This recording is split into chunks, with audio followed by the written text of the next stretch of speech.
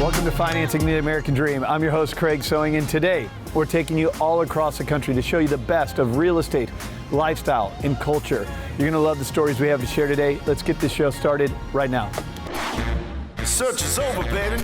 I'm right here, and I got it. The American Dream, the only show that combats negative media, not owned by a network, commercial-free, unscripted. I got it. These are stories for you and by you.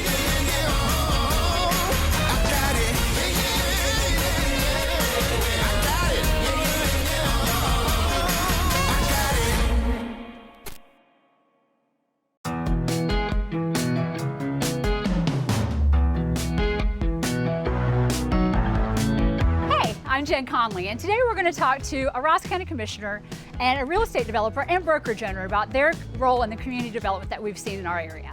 So welcome to today's episode of Financing the American Dream. Doug Corcoran is a Ross County Commissioner. He's been in the farming community for most of his life as well. He's very, very involved in our community. So tell us a little bit, because I don't think people realize what a commissioner even does. Well, Jen, commissioners, we oversee the county budget as our main job. The county budget is about $24 million. But what we do is we work with all the elected officials and give them the money that they need out of that budget to run their individual offices, which they all have statutory duties that they have to perform. Right. So that's our main function, but we also take care of the courthouse and all the other county grounds. We oversee the building and planning department, the Ross County Airport, Ross County Dog Warden, Job and Family Services, and some other agencies. Wow. But being here and growing up here all my life, it's like you know everybody. It's a smaller community. We are the second largest community or county land-wise in the state, but we're only about 78,000 population. So just growing up in this community all my life, and the other commissioners are pretty much the same. I think they've been here all their lives too. And so we know people, and we know who the people are who are doing the developments. And so yeah, it's easy to work with them and know what they need and how we can help them. But then we don't have like tons of people coming in to want to give us a bunch of money to do development either. Like you're getting out, talking to people and helping get that money raised too. We try, yes. We work with our Economic Development Alliance, which is a combination of the city and county and private business, to try to bring in investments, but also to help the companies that are already here to expand and invest and hire more people. Right, awesome. Well, thank you so much for taking time today. I know you're busy doing all the things you do. Well, thank you. And we appreciate your time and everything that you do. It's really important. You know, like I said, we've grown so much over the past few years. We have. And you have been a huge, huge part and proponent for our county. I'm really proud of you for that. Well, thank you very much. Have a great day.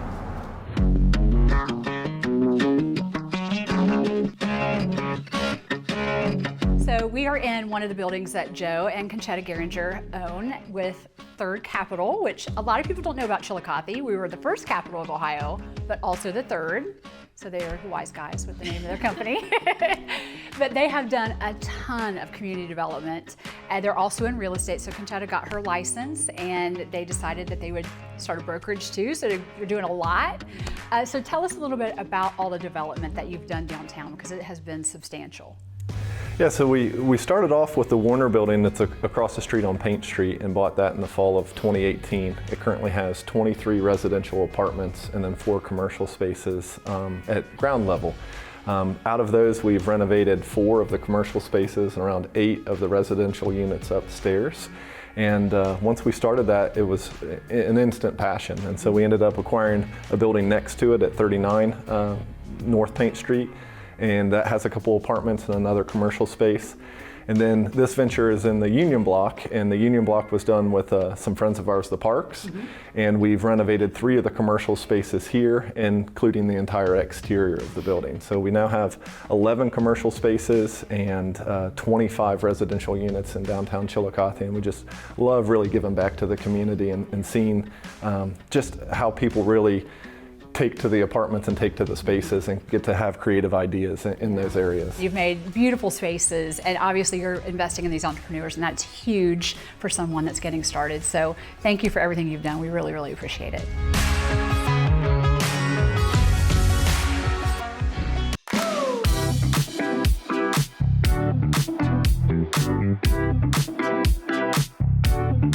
Today I'm in Anaheim, California. California as I host the Think Bigger Mastermind. Right now, I'm waiting for our guest, keynote speaker, the one and only Mr. Ed Milet. Welcome to Financing the American Dream.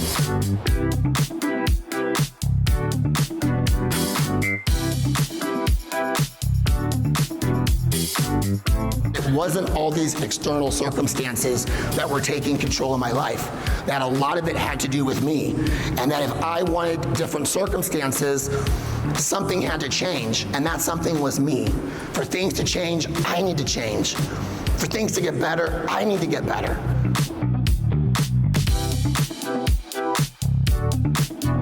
Learning from Ryan Stewman, I actually joined his Apex Executives group, Amazing Decision, and let him start to shift my mindset even further, where he said, be what winning looks like all the time, at all times.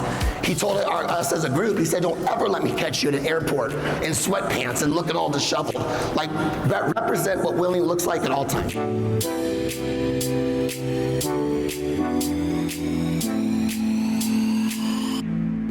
Okay, amazing guys. Well, listen, we're backstage right now at the Think Bigger Mastermind here in Anaheim, California. It's my deepest honor. Ed Milet, you've volunteered your time to come and speak in front of this amazing group. Great to be here. We got to ask you, we're backstage, you're about to go on. If you don't mind, the audience wanting to know, what goes on in your head? How do you prep for something like this? Yeah, I pray. First thing I do is I pray. So when we finish doing this, I'll go over there and hit my knees for a minute in the green room. And then I just really try to center myself and focus on them, not me. Make it about them. It's easy when you get up and you speak to try to, impress everybody. I used to do that. Now it's just like be myself, be vulnerable. I always really believe that if you're gonna, if you want to connect with people, you show them your imperfections. If you want to impress them, convince them how perfect you are, right? But I'm not perfect, so I'll do that. And then for me, there's three things. A good speaker kind of feeds off energy from the crowd. A great speaker pours energy into the crowd. The best pour energy into each person in the crowd. And so that's sort of my intent with my energy when I'm up there. Then I'll do some stuff to change my state, some visualization, and then we go. I love it. It's incredible. Yeah. It obviously works. I mean, we got a packed house we're about to step into, and you got the #1 business podcast in the world, #1 best-selling book. You're impacting so many lives. What does this all do for Mr. Ed Milet? What do you get out of this? What impact? What is your version of, I guess, the American dream? It's home for me, man. Like I had so many mentors in my life that helped me, achieve the financial success that I've had and the family success. And I sort of just made this agreement with myself that when I got there, I'd pay it forward. And so I'm kind of dedicated the second half of my life to helping other people make their dreams come true. So to be honest with you, this doesn't really work for me. I love it. I'm looking forward to it. I don't have really fear when I go up and speak and something like this. It's like anticipation, like butterflies. Like that, I call it that Friday night feeling like you would get in high school before a football game or a baseball game or a dance or whatever. It's kind of awesome to still have that in my life, and this gives it to me. That's amazing. I think everyone knows your story. You don't need to be here. You don't need the money. You're retired. You came back because you felt like you had a greater calling to impact more lives. Yeah. I'm truly honored that you're spending your time with us here. Brother, I'm honored to be with you. I think the world of you, and you packed this place out, so I'll do my best to deliver for you. I appreciate it so much, sir. I'm excited to go see you speak. Thanks. Thank you for joining us. We'll see you guys on the next episode of Financing the American Dream. No clouds in the sky, but I get away. Feels like it's been a freaking decade. Sorry, don't call me, cause I'm gonna be on break. Sunny day, make way. All the stress and doubt, yeah, not today.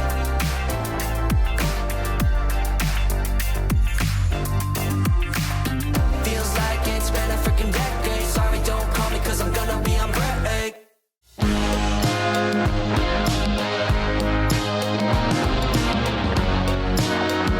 Welcome to Financing the American Dream.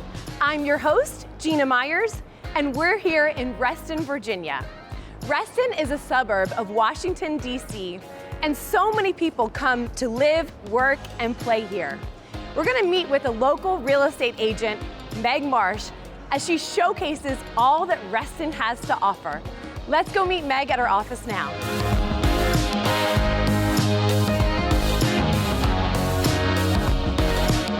I'd love to introduce you to my good friend and amazing real estate agent, Meg Marsh. Thank you so much for joining me. We've helped so many people buy homes here in Reston. So what makes Reston so special? So Reston is special for many reasons. It was first developed in the late 60s with this vision of living, working, and playing all in the same community. Right now we're at the Reston Town Center, which is by far the largest development in Reston. Yeah. We've got global headquarters for major corporations here, high-end retail, wonderful dining options.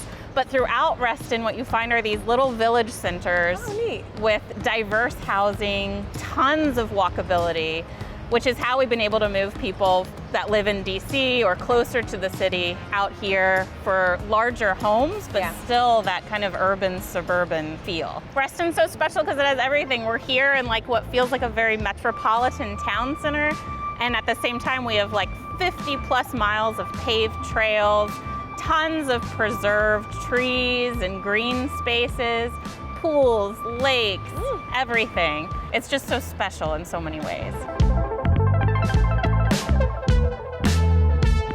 This is where it all started. This is really the heart of Reston here. Robert E. Simon first purchased this land, I think in the late 50s, early 60s. Okay. And this area was developed in the mid 1960s with the first people moving in 1965. Okay. This is brutalist architecture, and it's a combination of condos and some townhouses. Tons of local businesses throughout the village center, and just a real hub for the whole Reston community. I would love to show you what really brings Robert E. Simon's vision to life, which is this idea of homes being within a half-mile radius of these village centers throughout Reston. So I really want to show you a neighborhood that gives lots of different options in terms of single-family home sizes and some townhomes. Yeah, and I think we have a couple of our clients that bought there. Absolutely. We've moved several people from close to the city out to the walkability of Reston. Let's go check it out. I can't wait.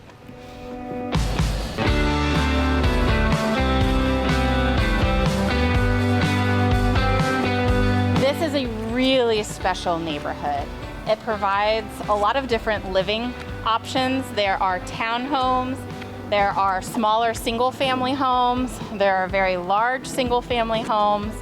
Kind of ranges in price between townhomes to the largest homes, $400,000 all the way up to 1.3, 1.4 million. Meg, thank you so much for showing us all about Reston, the amazing amenities it has to offer, these beautiful neighborhoods. If you're looking to consider Reston as a new home purchase, please give Meg Marsh a call. She knows so much about Reston and is happy to find you the perfect home.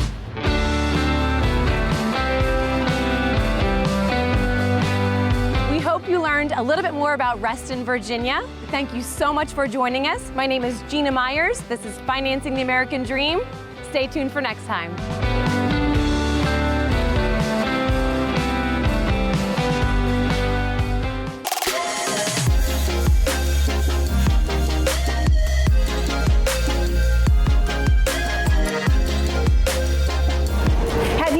Wondered where the top agents go to get inspired. We are here in Anaheim, California at the Think Bigger Mastermind. I'm Gabriella Godi, and this is American Dream.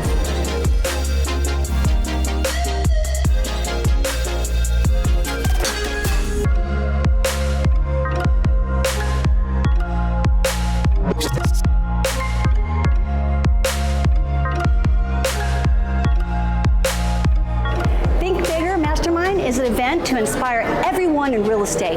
They have tons of speakers, even Ed Milet, but we're not here for Ed. We're here to meet a good friend of mine who put this show on, Neil Anders. Come on, let's go meet him.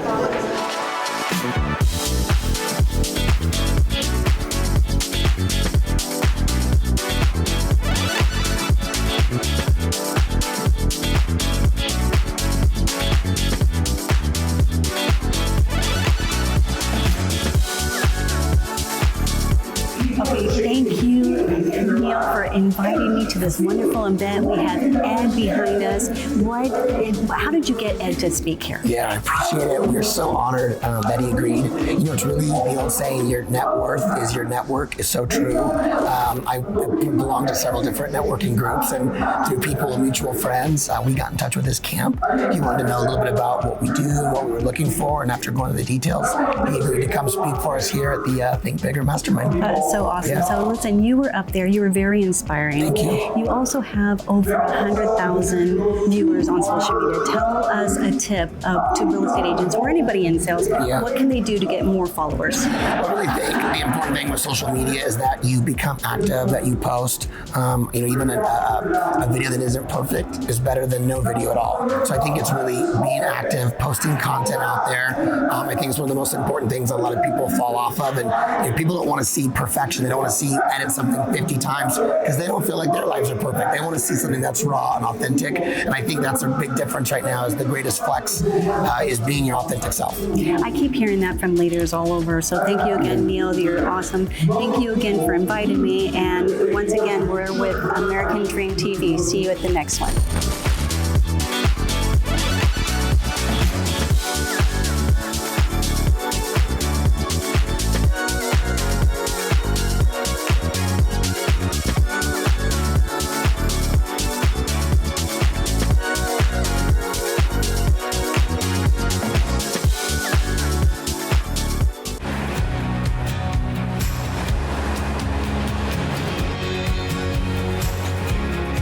Good morning from Excelsior, Minnesota, a charming city nestled on the south shores of Lake Minnetonka. On today's episode of Financing the American Dream, we're going to meet up with my uncle and realtor, Dave Hopkins, as well as visit one of his friends, Peter, who lives on this very lake. So with no further ado, let's get this fun day started. Woo! It should have been you. Another time, another place, I just know. Well, Dave, thank you so much for meeting with me here today at Winchester and Rye. David Hopkins, you're with Edina Realty. You're also a football coach for about 17 years. How does your history or experience with coaching relate now to your real estate world? It's working with people every single day, not only my football players and my math students, but their parents as well. Just made a lot of great connections, and I'm trying to tie those connections up with my business now. Why don't you share with us a little bit about this place and why we're meeting here today? Right, so later on we're going to head out to Palmer Pointe to the former Bedore Mansion, but in this restaurant here today there's a chandelier that came from the Bedore Mansion. Yeah, and it's like over 200 years old. Yep, 200 years old, and the owners of this place got it offered to them so that they could hang this beautiful chandelier here. Cool. Well, we're going to get out to Palmer Pointe to meet with Peter Taunton. Peter is a legend in the fitness world, philanthropic, does a lot of work with charities, and he's got an amazing place on Lake Minnetonka, which is one of the jewels of Minneapolis. Let's head out there.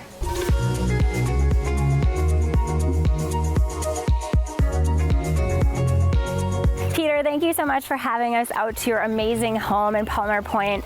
So I know that this home was a vision for you and quite a home in the making. Tell us about that journey. My builder was David Beaker, Denali Homes. Some of the architects and designers that have come in and visited this home, they say Manhattan meets Aspen. The Manhattan part of it is really sharp angles. The Aspen part of it is the big trusses, the stonework, the warm, earthy feel. And I also like the outdoor living aspect where I can slide all the doors open and listen to the rain or the wind.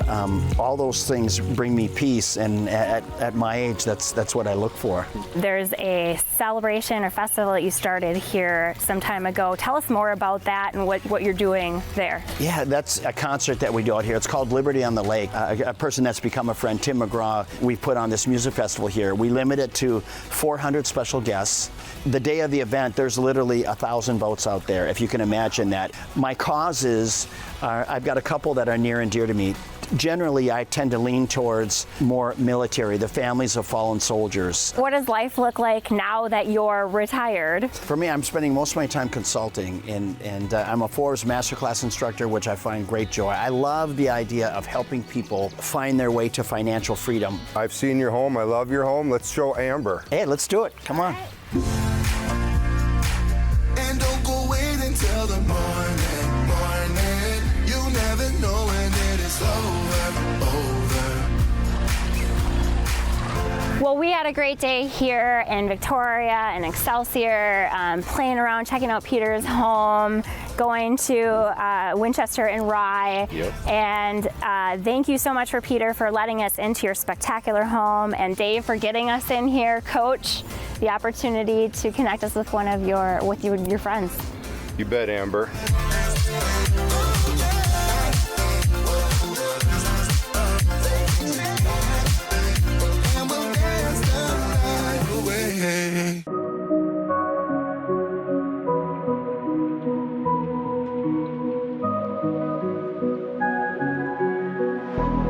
Today we are in Santa Rosa on site at the Dry Stack Vineyard, which is home of Estate Wines. My longtime friend Peter Jones and his brother Jeff are going to tour us around the facility today. Let's go taste some wine.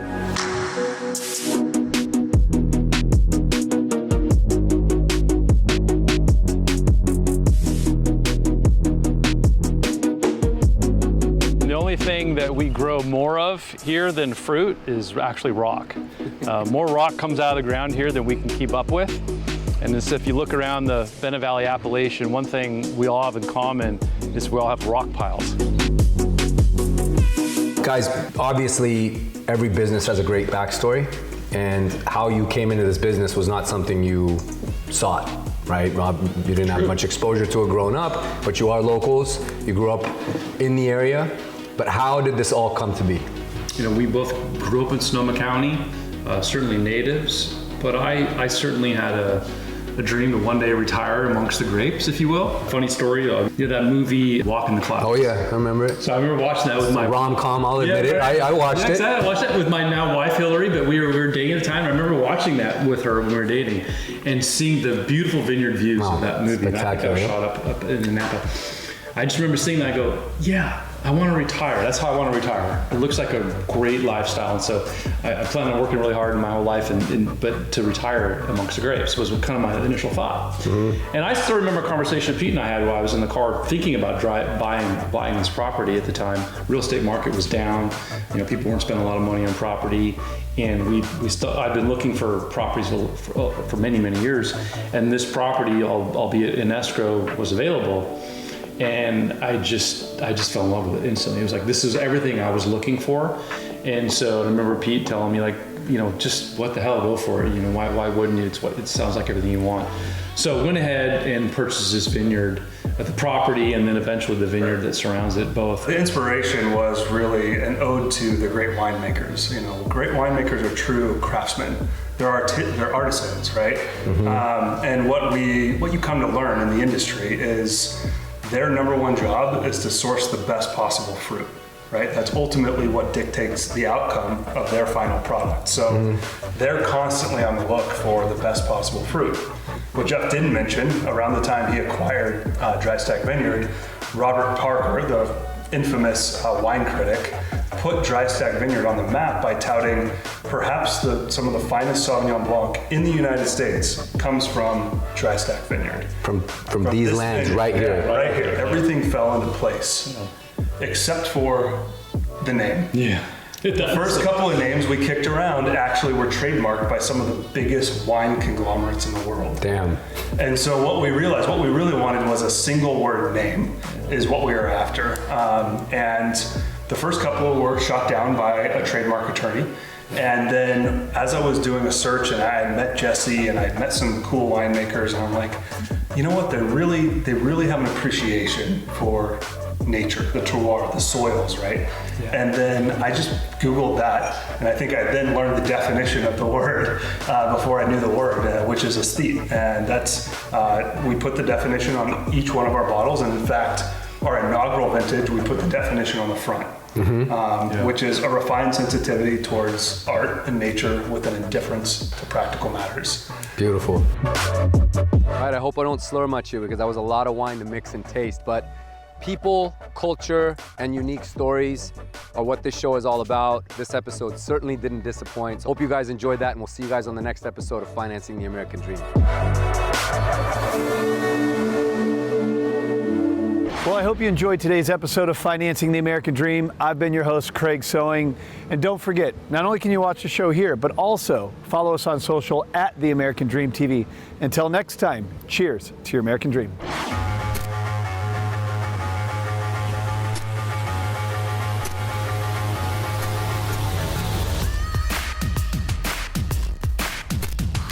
Inflation.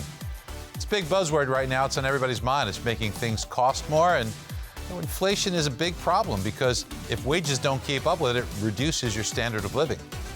Now, inflation can also affect mortgage rates. In fact, many people don't know this, but it is the main driver of mortgage rates. Because what inflation does is it eats away at the fixed return you get if you're the recipient of mortgage payments. Historically speaking, as you could see, when first interest rates rise, that's the blue line, you'll see mortgage rates follow. It doesn't take very long, but mortgage rates eventually go in the direction of inflation. Let's take a look at when inflation will peak, and this way we can have a better understanding of when mortgage rates may come back down. So, first of all, there's supply chain disruptions. And one of the big culprits of it is, as you can see here, is all these ships outside of Shanghai. It's a mess. And because of that, the largest port has been stalled in being able to import and export goods. Now, the big key here is when will inflation peak? The way inflation is measured, it's currently above 8%, is you take the most recent 12 months and you take each monthly increment and add it up. So as a new month comes along, it replaces the 13-month-old data. So now you have a new 12-month period.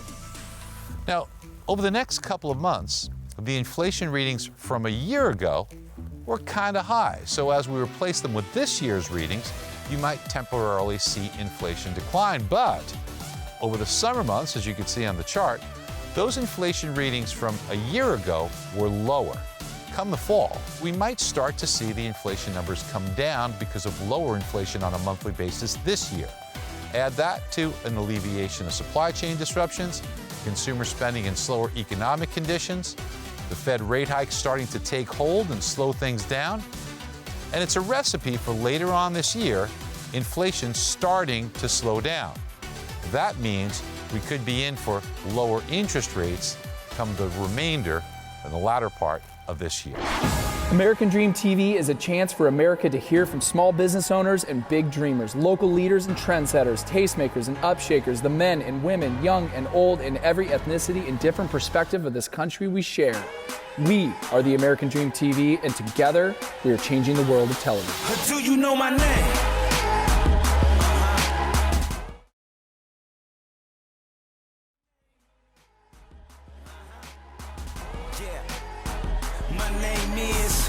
Notorious, infamous, wanted man, dangerous. I'm an army, I'm a legion, I'm a ghostin', I'm a heathen.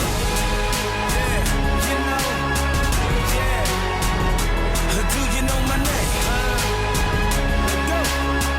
Let's go. My name is Legend.